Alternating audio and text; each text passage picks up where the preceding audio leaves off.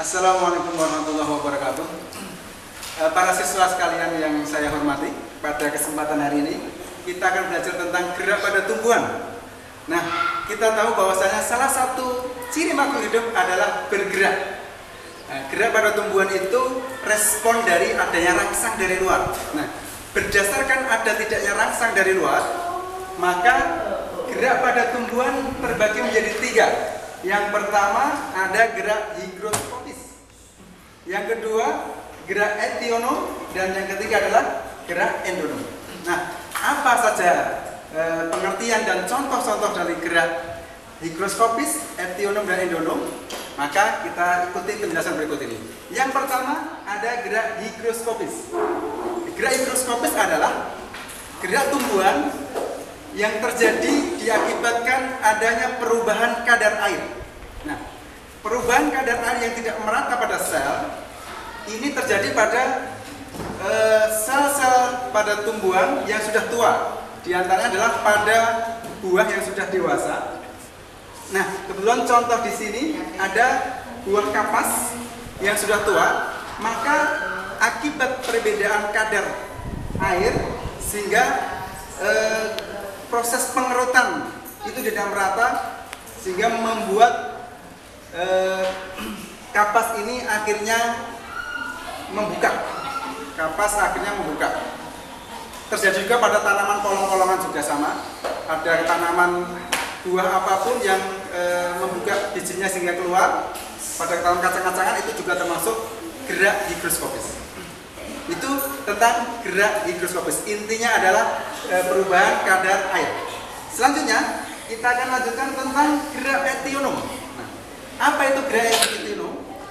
Gerak etionom adalah gerak pada tumbuhan yang diakibatkan adanya rangsangan dari luar. Nah, gerak etionom ini adalah gerak tumbuhan karena adanya rangsangan dari luar, maka terbagi menjadi tiga macam. Apa saja? Yang pertama ada gerak nasti, kemudian ada gerak tropisme, dan yang ketiga adalah gerak taksis. Nah, apa itu gerak nasti? Yang pertama, gerak nasti itu adalah gerak pada tumbuhan yang arah geraknya atau bergeraknya tumbuhan itu tanpa memperhatikan arah datangnya rangsang. Jadi dia bergeraknya seperti itu, ya bergerak seperti itu. Misalnya contoh gerak pada daun putri malu. Daun putri malu itu bergeraknya ya seperti itu. Mengatupnya bunga ataupun daun putri malu ketika disentuh maka dia akan mengatup. Nah,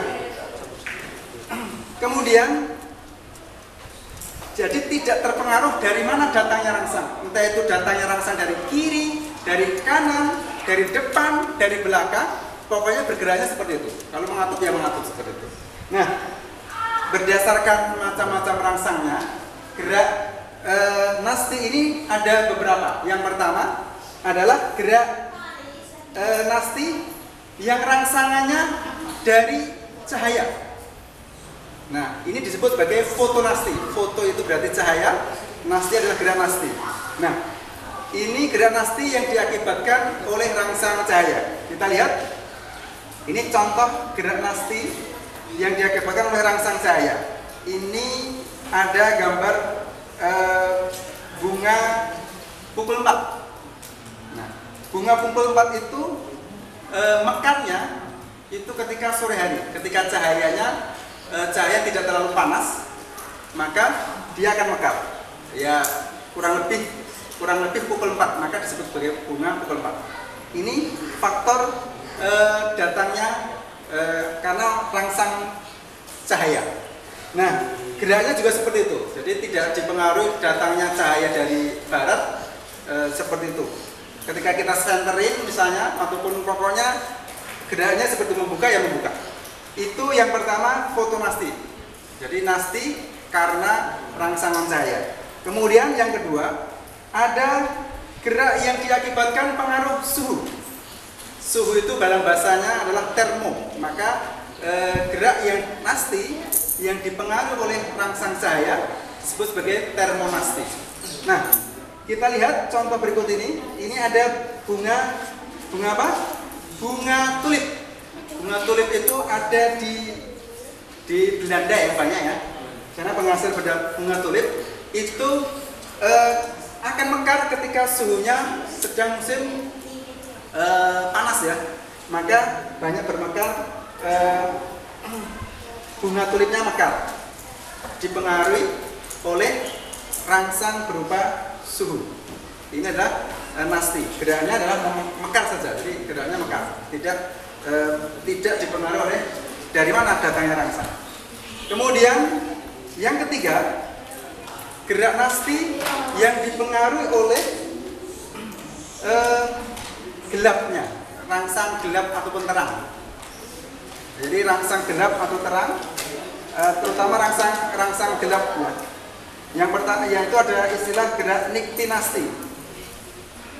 Nah, niktinasti ini gerak nasti karena rangsang gelap. Maka ketika suatu tanaman yang mengalami gerak nasti ini, contohnya pada tanaman polong-polongan, entah itu pada tanaman petai Cina, itu ketika sore hari daunnya itu mengatup. Sore hari itu berarti faktor kegelap. Ketika gelap mendekati malam, maka daunnya seolah-olah layu, padahal itu adalah respon terhadap kegelapan. Itu namanya niktinasti. Kemudian yang terakhir, gerak nasti yang terakhir adalah gerak seismonasti atau tikmonasti.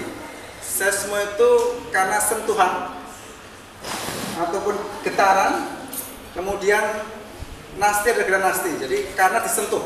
Contohnya adalah pada mengatupnya daun putri malu ketika disentuh. Itu contoh gerak seismonasti atau tikmonasti.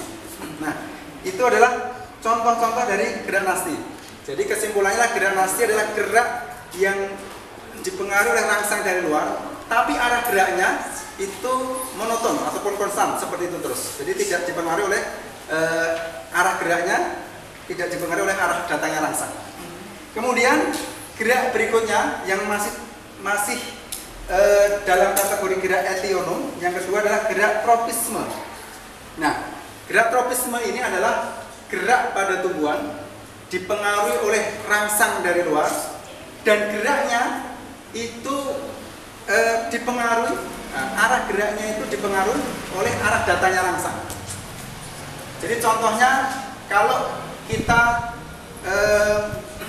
menanam biji misalnya, atau menanam biji di tempat gelap atau di pinggir jendela, maka lama-lama tumbuhan tersebut bergerak mengkok atau membelok mendekati jendela karena ingin ke arah cahaya. Itu contoh terpengaruh oleh arah datangnya rangsang. Itu disebut sebagai gerak tropisme.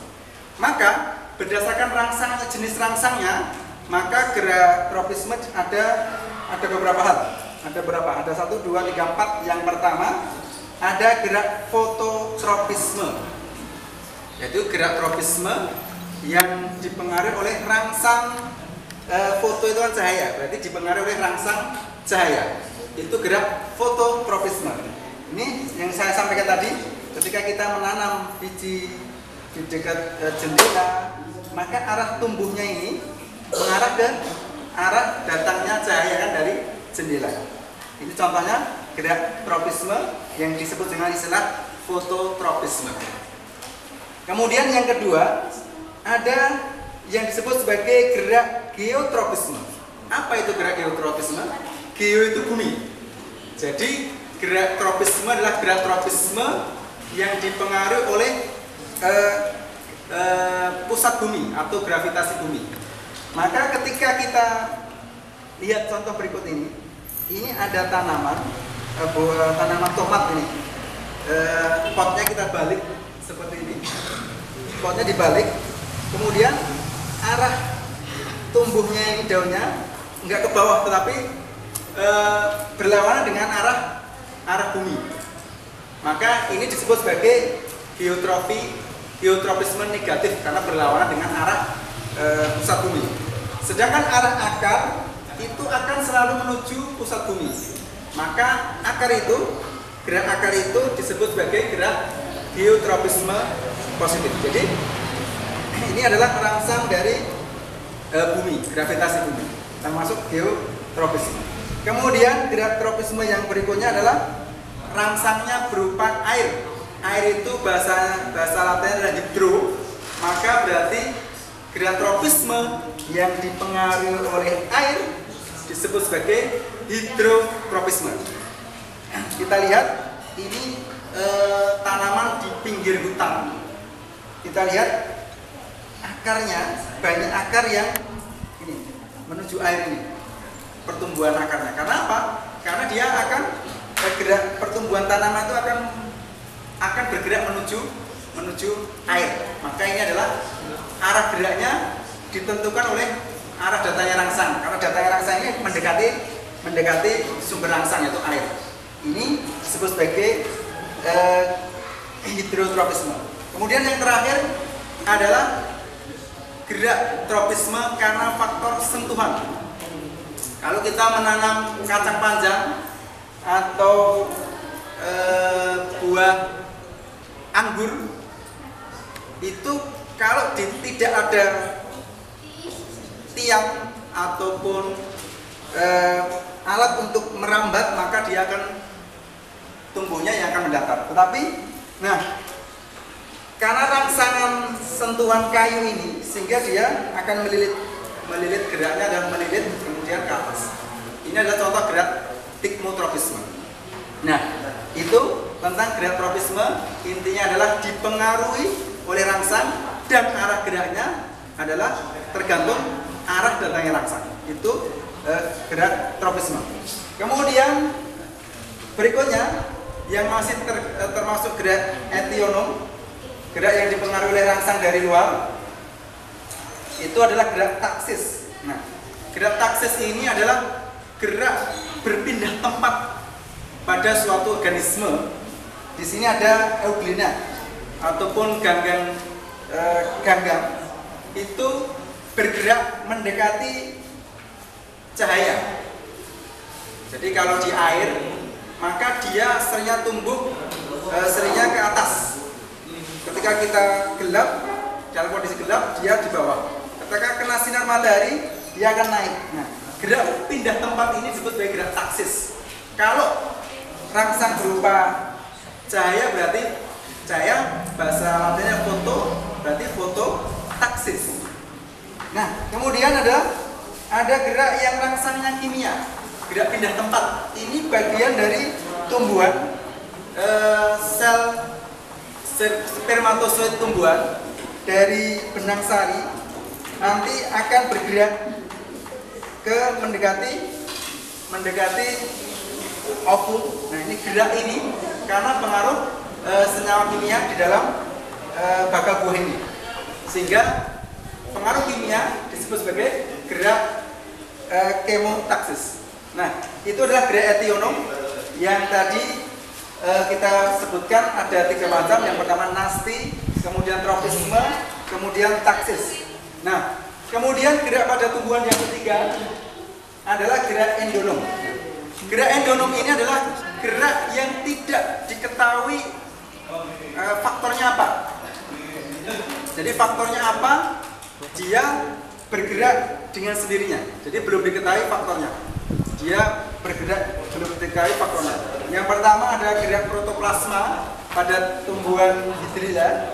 Ini tumbuhan hidrilla bergerak atau berotasi, dan juga tumbuhnya hidrilla ini termasuk gerak endonom. Ini belum diketahui sebabnya. Jadi kesimpulannya adalah apa yang saya sampaikan tentang gerak pada tumbuhan.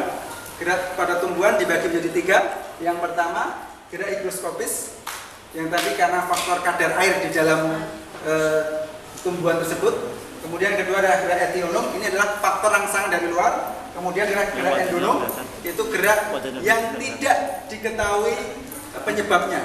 Dia bergerak simultan, bergerak tanpa diketahui penyebabnya.